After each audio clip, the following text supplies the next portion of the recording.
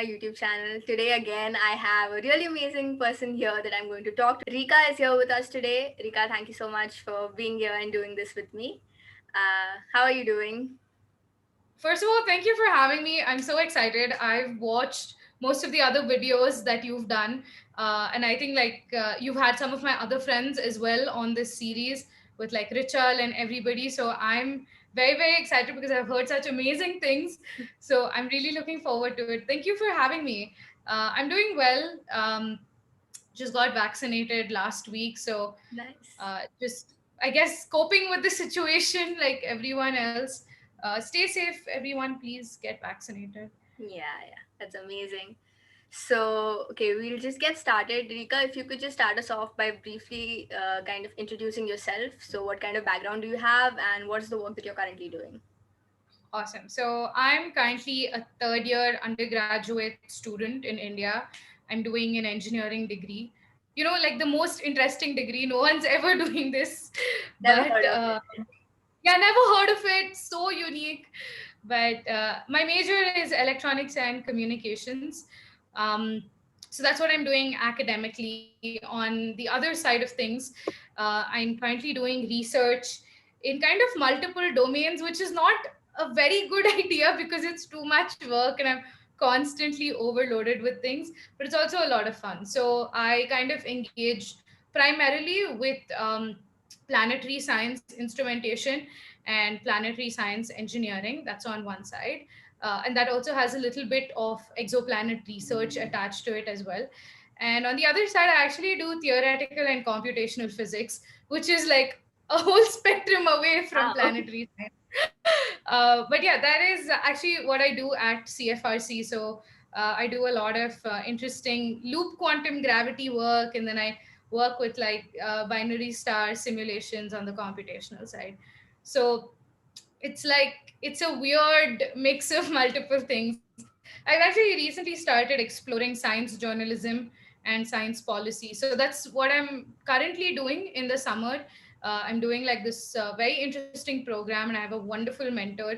Um, so I've recently started getting into science journalism, apart from all the SciComm stuff that I anyway do. But yeah, so those are kind of the things that I'm involved in. I also kind of really enjoy working with volunteering organizations, and I really, really work towards representation in the field of STEM and space, of course.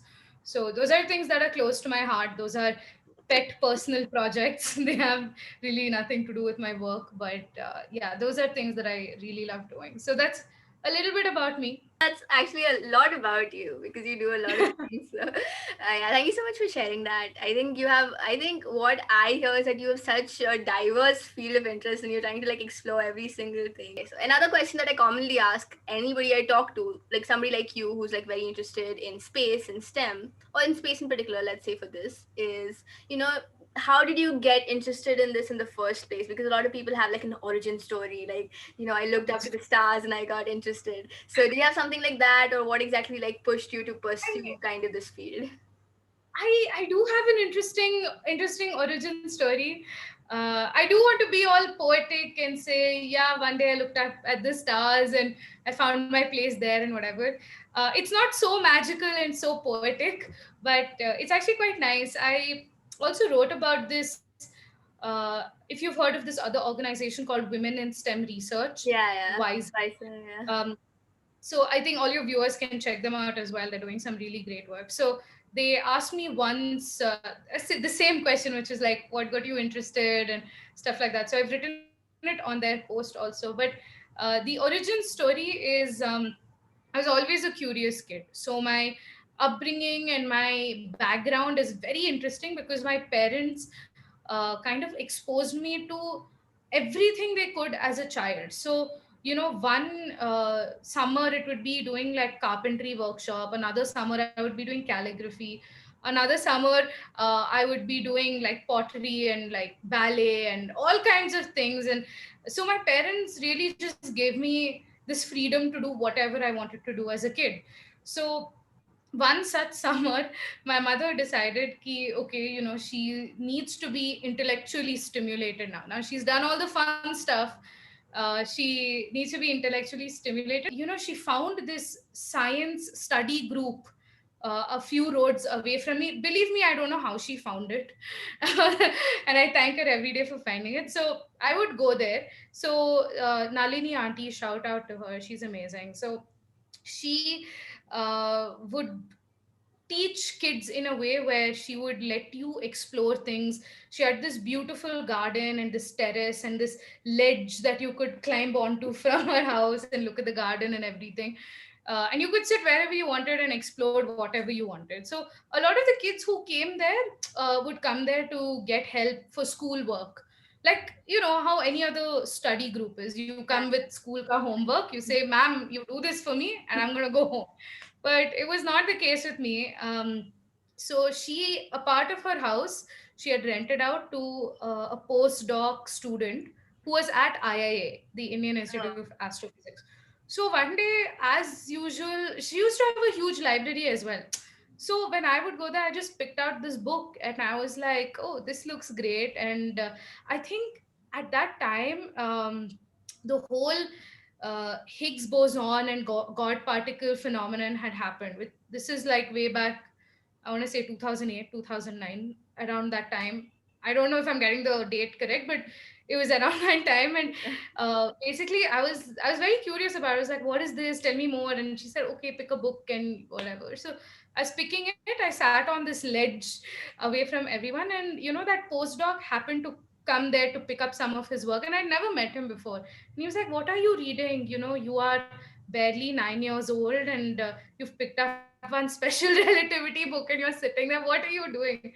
And then that evening, he explained gravity to me in the most amazing way, in a way where I fell in love with science and space and every possibility in space. So what started happening was this became regular. We would sit every evening on this ledge discussing amazing phenomenon in the universe, and he made it so simple for me. He didn't say, "Oh, you're too young to learn calculus, you're too young to do tensors, you're too young to understand what Einstein did." He made it so simple, he made it so fun, and he made it like as if I didn't read it, I was missing out on the greatest thing in life. oh man. So that's the origin story of how I fell in love with physics and space and astrophysics and all of that. So that's the origin story, but yeah, So that's first how of I all, got into that it. was a beautiful story. Like I got goosebumps when I heard that. That was so beautiful. Especially like for a curious kid, someone who comes up to you like without judging you, or without thinking of you as a kid or someone who won't be able to like comprehend what they're talking about, and then explaining all of this. It's just wow. I'm sure that would have been life changing. It was, and he would bring his friends also. So Oh it wow. would become like this, like one A study scientist. group inside a study group. Yeah, so it's amazing because also at that age you're just learning about these wonderful things, and you don't care about like the other mediocre stuff going around. You're Yeah. just like, wow, I suddenly believe in magic and now it's true. It's physics. So Wow. yeah. Yeah, you're right. Your mom really just did you a big favor there by sending you there. Okay, we'll go on to the next one. And like, since you kind of teased us with the research that you're doing with, oh, you mentioned, yeah, planetary instrumentation. You mentioned quantum loop calculations. I have no Loop idea. quantum gravity. Yeah, I'm sorry, I have no clue. I apologize if I'm slandering that. But could you, yeah, so what I wanted to ask was like, this is a research that you have pursued or you're currently pursuing. What I would really be interested to know is how did you start off with that? So, like, a lot of people have confusion as to what research means. So, like, how does somebody, even for students who are currently in undergrad, they don't know, like, how do you get into research? What exactly is it that you do in research? So, how did you start off? What was that journey like for you? And do you plan to kind of continue it in your future? So I'll answer the last question first. Sure. Yes, I do want to do research in the future. I want to do research in grad school, and then after grad school, hopefully move into an industry that will integrate research and technology and all of those things. I know those sound very far fetched, but I've started to learn that it's important to tell and talk about it, because unless you are convinced that that's what you want to do, then you're never going to do it. But Yeah. yes, I do want to do research. I really enjoy research. But I also recognize that research is not an easy thing to do. It's a struggle. It is harder to sustain research than getting into it. I'm going to say that with a lot of caution, because I know a lot of people watching this will be like, "What do you mean? I just want to get into research. After getting in, we'll see what to do later." But believe me, the truth is, sustaining research is much harder than getting in. Um, Speaking about research, so I think the pop science idea of research is very, very different than what the reality of research is. Research is not everyone. So you ask somebody what research is, and people will be like, "Oh, free thinking and thinking about ideas and all of those." That is a part of it. What research is methodology, it is experimentation, it is a hardcore structure, and not everybody fits into that structure. And when you get into research, you don't get to do whatever you want. That's not how it works. You have to do what your professor tells you. You have to work with funding, you have to work with current relevant projects. So all of those things matters, and with research comes policy, comes law, comes all kinds of things that you have to start grappling with. So that idea or that facade of saying, "Oh, I'm going to be a free thinker, I'm going to sit under a tree and something will fall on my head and I'm just going to create a revolution." No, I'm sorry, that's not what happens, unfortunately. The way I was introduced to research is very interesting. So I come from a family of people who have been in research. So my mom is a researcher. She is a researcher in finance and accounting, which very, very far away from what I want to do. But she is. So when I was a kid, and she's a very good researcher. So she would go to all of these conferences, and she's been chairing sessions for many years, and she's been doing her work really well. So I would tag along because I was the only child, and only children cannot be left at home alone or whatever. So I would tag along with her. I would hold her laptop bag. I would switch on the PPT. I would say, "Mama, I'll sit next to you and I'll do next slide, you explain." So I would Oh. do all of this and try to get myself involved in the action. So I fell in love with the idea of collaborative information being shared like that. I understood research is a lot of hard work. It's a lot of frustration also, because you never get results. It's very rare that you get a result. Believe So me, when you said that. Oh God.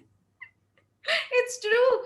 For everyone is like, "Oh, now everyone's like gravitational waves, and we've detected gravitational waves and all of that." I'm like, people have been building this for 25 years. They've spent a lifetime doing this to get one chirp to listen in the recording. Like, it's not easy. And but again, because I was introduced to that at a young stage, I knew what I was getting into. So here I'm saying research as an institution, as a structure. I don't mean research in space or research in STEM, because it's very different. Every field has a different structure and whatever. So research interested me. I enjoyed the fact that academia came together to do something that was significant in their field and things like that. So when people talk about research, I'd say, "I want to get into research," it's a good question to ask them why, because more often than not, even they don't know. They don't know if they like it, enjoy it, and all of that. So that's how research started. But I'll tell you, research in space, research in STEM, research in physics is very difficult. It is a lot of hard work. So yeah, that's kind of how I got introduced to it. When I was in high school, I was lucky enough one day to for a professor slash, he started like a small organization or whatever. He came to our school and said, "Do you guys want to write something called a concept paper?" So a concept paper was a dulled down version of a research paper, where they said, "We'll teach you how to methodologically and with the background of research, write a concept." So that started when I was 15. And what happened was he was very encouraging. I was one of the only people who took to it in like a school of hundreds of kids. I don't know why, but it so it because he encouraged me so much that actually turned into a research paper. So I basically wrote my first research paper way back in high school, and then after high school, then I got involved with CFRC and stuff like that. So then that whole journey after that was much smoother. Now I'm again hitting turbulent waves, transitioning out of undergrad into grad school. But yeah, that's kind of how my journey with research started. That's great. And it's amazing to hear that you continue, like you want to pursue it in the future and you're going to do it through grad school. So, all the very best for that. And thank you for sharing. Thank you. I need it. Sending all the good wishes your way. Yes, please. Okay, so now we'll talk about another really cool thing that you're doing. I don't know if a lot of people know this, but Rika is the founder of WOAA India. So WOAA is Women of Aeronautics and Astronautics, and for the Indian, I guess, division of WOAA, you are the founder and you're currently leading it, if I'm correct. Yes. Okay, so it would be amazing if you could share a little bit about what WOAA exactly is doing in India, and I mean, what has your experience been like, kind of being on the front seat through the entire journey? It's been incredible. It's been nothing short of incredible. That's the only way I can describe it. It's been extremely fulfilling, an extremely gratifying experience. Not only starting it, but also being able to meet with all of these incredible women and gender minorities who have just shown how much they love and care for the field and for representation.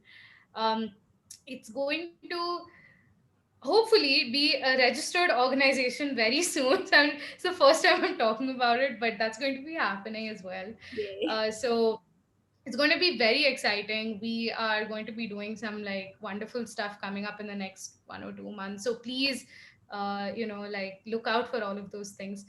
I think the first thing that when I went to the IAC, um, and I came back and I looked at all of these like organizations like SGAC and WOA and all of them. I came back to India, and then I was looking out for these things, and I was like, why don't we have a community? Where is my community? Where are my friends that I can ping all the time and tell them how much I hate my course or how much I hate this exam or I can't be the only one struggling was like the first thought that came into my head, and I'm not. We're all struggling. We're all facing all of these crazy issues, and every now and then you just want your friends. And I think the current chair of WOA International, Anika Rolock, now of course she's a very good friend. At the time, she was the one who really pushed my case and helped me get it started and all of those things. And she told me something very important. She said, we're not volunteers in these organizations, we're just friends who happen to have a liking for the same cause. And I think that's the same vibe with WOA India, with all of the volunteers we have currently. We're all just friends trying to make a difference. And that's something we want to sustain for the future as well. We don't want to ever lose out on that vibe. And I think there's multiple women and multiple gender minorities who need this. Because, like I said, I think space in itself is a very small bubble in the world. And it's also very alienating. Like, how many of your classmates want to be in the space sector? Like, Like rarely. from school. Not even college, like say from school. Uh-uh. Like, yeah, like you're the only one. Like I'm also the only one from like my school of 400, 500, or batchmates or whatever. So it feels very lonely, and it feels like you're the only one trying to do something. It's not the case when you're doing medicine or engineering or Yeah, saying you I have want so to be many a people going doctor. through the same thing. Yeah, and everyone knows. I think with communities like WOA and WISR, it's become imperative to have them, because there's no platform for a communication, b transparency of information, and c just to have a support system. I think all those three things matter. And that was the main reason to start WOA India, because I think there's all of these wonderful women and gender minorities within India. It was just a matter of bringing everybody together to help the cause of representation. I think that's where it started from. So yeah, I actually wanted to mention like two things that I really like about WOA India in particular, because I do know a lot of people in there. Neha is a very close friend of mine. So Yes. first of all, like it's one of my like ideal friend group dreams is to have a group of friends that I can watch maybe a rocket launch or something like that together with. And I saw you guys did that with the Perseverance. Yeah. I think yeah, so that was like amazing. Like I was like, okay, I want a friend group like this. You know, because Yeah. imagine that was such a historic moment in happening, and you have people who have the same interests. They're your friends. You're going through this journey together, and you get to share this amazing moment with each other. So like friendship goes Yeah. right over there.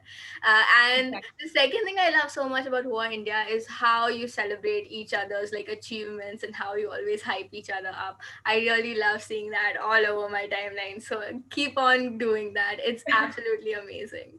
So I just wanted to Thank put you. that out there. And another thing for anybody who's watching this right now, is there some way they can join WOA India if they're from India? Yes. Yes, they can. We're going through a few structural changes at the moment, so we're only accepting volunteer forms. But we're going to start very soon having a professional members division as well, because we understand that not everyone has the time to volunteer. It's not something everyone can dedicate to at the moment, but it's again important that all of our resources are not limited to our volunteers. So we will have a professional members division very soon, so you can definitely get involved with that. But for the time being, just fill out our volunteer form, or you can DM me on Instagram as well. I'm super responsive there. And So actually, so I do this for every video. I'll link all of your social medias, and if you want all of WOA's social medias also, I'll just link them in the description. So you can either DM yeah, Rika or you can DM WOA. They'll both respond, I guess. yes, it'll probably be me on both the accounts, but yeah, All right. So okay, next, since we did talk about, we talked about your research, we talked about POA, we talked about okay, we didn't talk about college per se yet, but you are a full-time college student, you are doing that. And then also you were also the vice chair of the Edinburgh Women in Space Conference. So my yes. question is really like, this is something I've been wanting to ask you ever since like I heard about you or I found out about you, is how do you manage all of this? I mean, can you please grace us with some time management skills? How do you do this, all of this? So it's not like I stick to my plans. I'll be honest about that. There are days when I slack off, there are days when I don't keep up with things. All of that happens. But I excessively plan. I'm an obsessed organizer. So I've recently started digital planning, and I've started using this app on my phone, which is called Minimalist. Again, not a promoted thing, I'm just putting it out there. Um, it's very nice. You just list down everything you have to do, and you have like this little scratch off kind of a thing, and Uh-huh. you get little like you feel good about it. So that's what that's the one thing that's really been on my thing, which allows me to plan and schedule and all of that. I think how I manage it is difficult, because I with college it's like I've definitely had my fair issues with college. I won't, disagree with that. I'll be very honest and say, uh, I have found it difficult to cope up with college sometimes, not because it's challenging or not because it's too hard or whatever, but just sometimes out of sheer boredom. Because there's days when I don't want to write a lab record, I don't want to write an observation, I don't want to copy an assignment. It just takes away so much of good time from you, but you have to do it anyway. So the way I do it is, I make everything else a reward for college boring work. Oh, wow. uh, so I will do college work, and then if I do college work, then I do the other thing. So first I finish the bare minimum and then do the other. So everything else is bonus, and this is kind of the priority. At least it is for now, until we move on in life and whatever. Something that I've recently started doing is I take Sundays off. I refuse to do work on Sundays, like, because I think it really burns you out. You have to take out your me time, which is only when you're going to be recharged to do everything else. So it's all of those things. And apart from this, I do other volunteer work. So my schedule is jam packed morning to evening, before going to online classes, after online classes. It's definitely jam packed. And like I said, you have to plan and you have to stick to your plans. The only way you're going to stick to your plans if you're not exhausted by them. Yeah. So take time off, schedule stuff. Yeah, that's it. There's no secret, unfortunately. Thank you for sharing that. I really love the strategy of, doing the bare minimum and everything else is then a bonus. I've never heard of that one. I definitely, yeah, I'm gonna try that one out. I'll tell you how it goes. Please do. Believe me, if it works, I'm going to patent it and do something like that. Try to But promote. yeah, making everything a business now. But Okay, so now we'll come to a little bit of a forsaken topic, which is college. I'm really interested in knowing, since you are like doing work outside of college in your research, particularly, I wanted to know because, like, what part of your college courses, like the degree that you're studying, are some of those courses, have they helped you in any way? With the research that you're doing, or is somewhere do they have some sort of connection, or is the research like completely a blank slate new where you have to go ahead and learn completely new and different things? So is like the college course contributing in any way to the work that you're doing?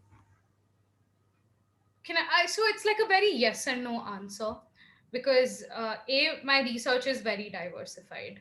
Yeah. So when it comes to the physics part, when it comes to, like, no one's going to teach you loop quantum gravity in college. All that's not happening. So when it comes to those kind of things, then it's a completely different world and very detached. When it comes to planetary science, instrumentation and engineering and all, there have been a few courses which have definitely impacted and helped me understand what my research is. The thing is that research is a few levels above the courses that you're learning in college, especially given that I study in a normal local engineering college. Like, I don't go to an IIT, I don't go to like to an ISC or an ISER or any of the top engineering colleges or whatever. So it's designed in a way where my entire course gears people for placements, if that makes sense. So yeah, things like embedded systems. We actually have satellite technology next semester, but microwave antenna or microcontrollers, digital signal processing, those are things that have at least come in handy in some places into my research.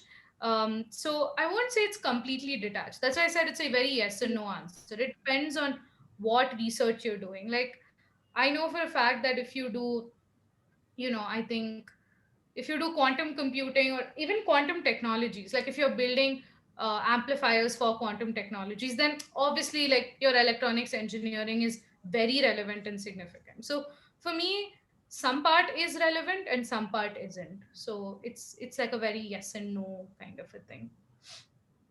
Okay. Good answer, I guess. I Very diplomatic. Very diplomatic, yes. You mentioned SGAC, and I want to talk about that.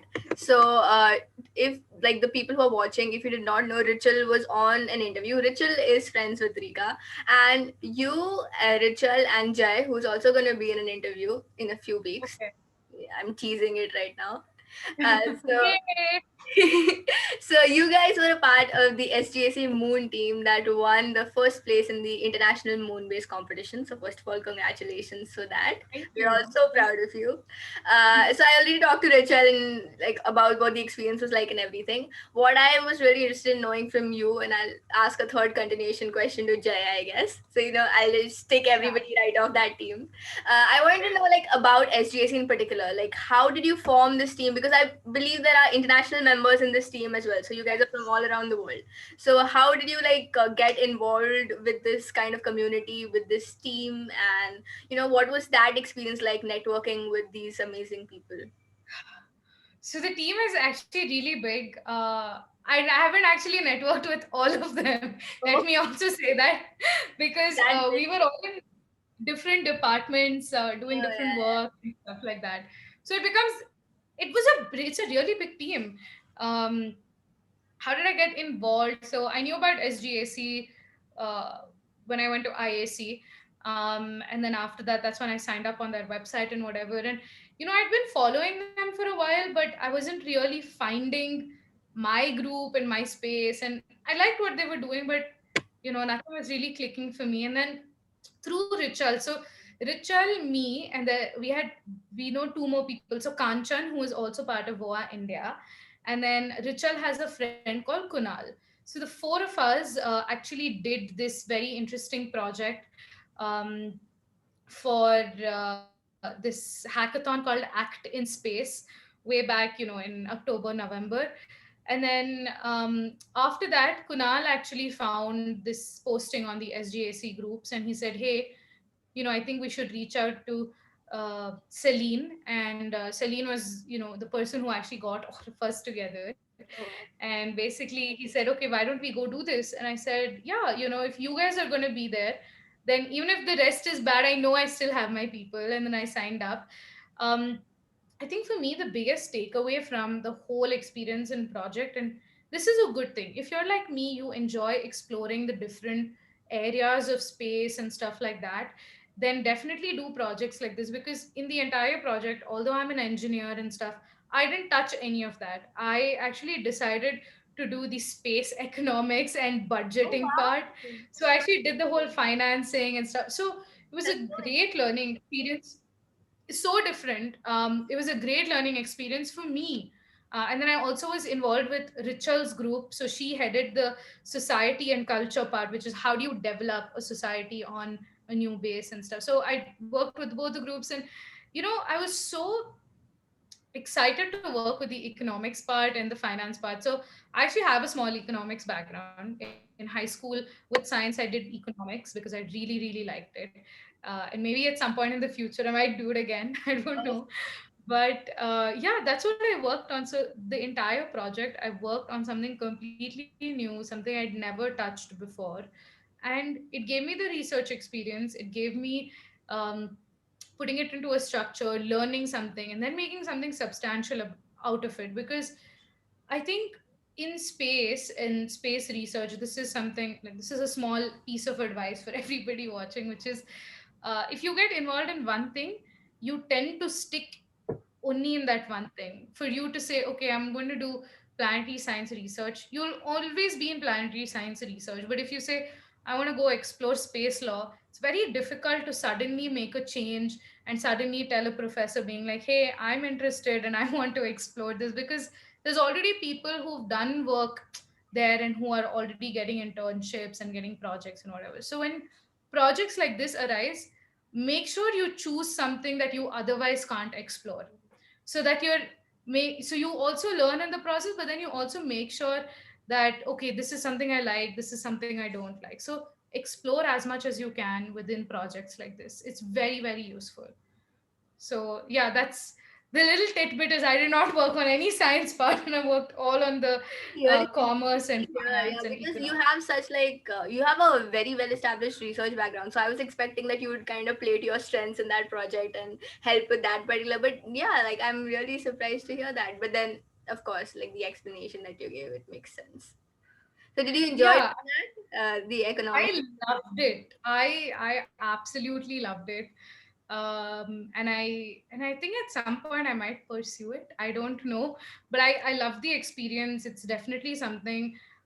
If and when I get the chance to do it again, I would do it hands down. It's like this amalgamation of, because when you do space economics, it's very interesting. You have to understand what your technology is worth, and you only understand that when you understand your technology. So you need a technical background. Oh And then yeah. when you understand how it works, you need to start understanding what markets look like. How do you commercialize this? How do you make people feel like this is what they need and want?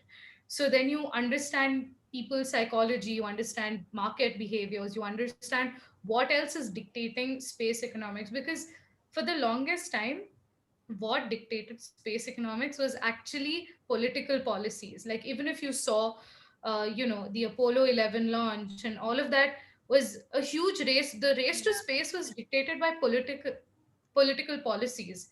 It had nothing to do with saying, I want to build new technology and whatever. No. So from there to commercializing space today, to say I'm going to have commercial tickets for tourism, is a market change. And what defines those markets and whatever. So it's an amalgamation of everything, and it's so much fun. So yeah, I would do it hands down again and again for sure. Sounds really interesting now that you've like put it in that way. Wow, Yeah. amazing. Okay, so we've come a little bit towards the conclusion of our interview. I know, so sad. But so No, obviously, I've spoken too much. Your viewers are going no. to be like, never get her back. Oh gosh. Oh, no, of course not. Nobody's gonna say that. So yeah. So like last two questions for you. First of all, you did mention a little bit about your future plans. So you did share that you would be interested in pursuing research in the future, and that you didn't hint us that you will be planning to go to grad school. So have you like, are you in the middle of making a choice for grad school? Can we get a reveal for that right now, or what kind of future plans are you looking at right now? I'm definitely no space celebrity to be revealing my plans. At this point, I think the way things are looking, um, I'll be happy with whoever accepts me and whoever wants to work with me. But yeah, I'm definitely looking to go westward for grad school. um, I'm also I'm looking at a few research groups in India as well, because I really like the work they're doing. I just don't know if I'm ready for the work they're doing. I might need some more technical expertise, but I am looking to go westward, and then we'll see how it goes from there.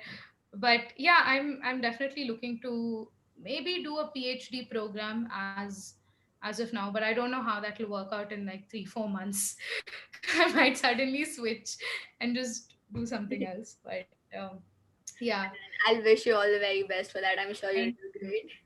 So Thank you so finally, much. the last question, and I ask this to everybody I talk to again because I think it's really important.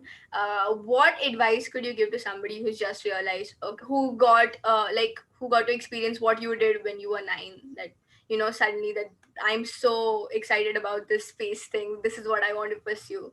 What kind of advice could you give them? Because as you mentioned, a lot of people know what they want to do, but they don't know how to get there. Like, so the road in the middle. How do you kind of traverse on that road? So, is there some kind of advice that you like to give people? um, I think epiphanies happen every single day. That epiphany that happened when I was a child happens even now.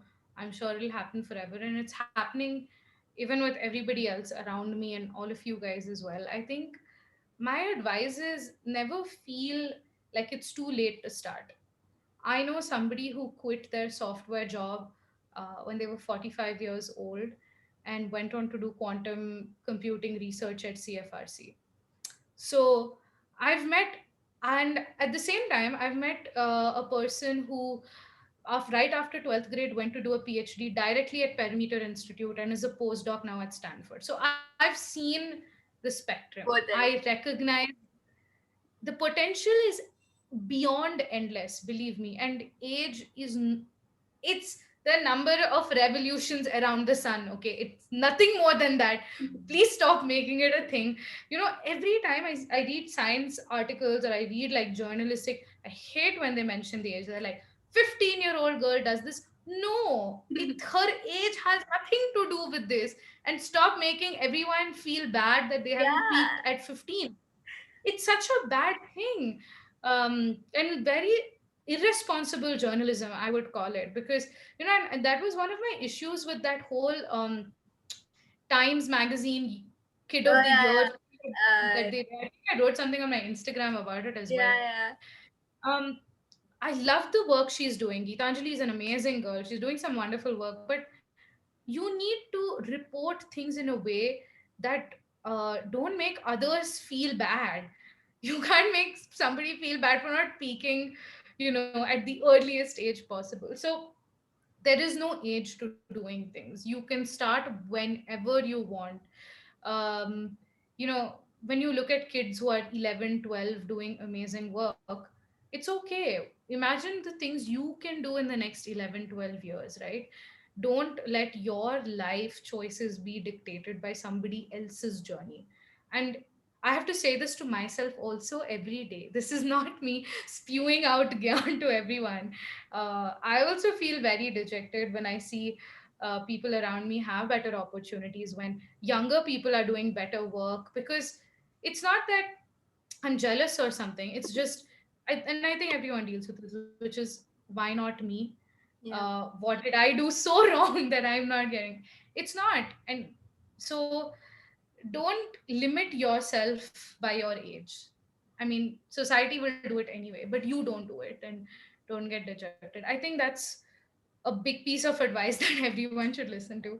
I think also, like, something that my father tells me all the time, every day, and there have been multiple instances where I've done the stupid thing, but he always says, Sagarika, it doesn't matter how fast you're running if you're going to run in the wrong direction. And I think that's such a simple but such a meaningful thing. So yeah, so do things when you're ready for them. Take cognizance of what you're doing, have focus on what you're doing. And it's okay, don't take rejection and failure personally. It's not a personal reflection of who you are. What you do with that failure and rejection, then that's on you. But don't take both success or failure personally. Those are things, those are um, metrics that exist beyond your control. Mhm. So do what's in your control. So that's my advice to everyone. That's the advice I follow. That's not my advice for everyone. That's the advice I follow. So That's good. Yeah. Like, I would rather listen to that, something that you follow and has worked for you, so it's more likely to work for me as well. Yeah. it Thank you so will, it will be. So especially that quote by your father, it like hits you immediately. I don't know if he came up with it or he read it somewhere. I don't know. So I'm not giving him the credit, but it's so important. It really is. Also, and to follow up with that, what my mother says is, delays are not denials. So if something isn't happening right this second, doesn't mean it's never going to happen. So it's being delayed. It's not a complete no. So be a little patient. So I think those two quotes from my parents is advice that I live by, and I hope it helps everyone in the audience. Nice, nice. So yeah, I think that's all we have from Rika. Do you all should you be called Rika or is it Sagarika like your whole name? So it's Rika. I actually wanted Just to ask that in the beginning of the interview and I forgot. that's okay. Sagarika is my formal name. It is on paper or whatever, but everybody calls me Rika.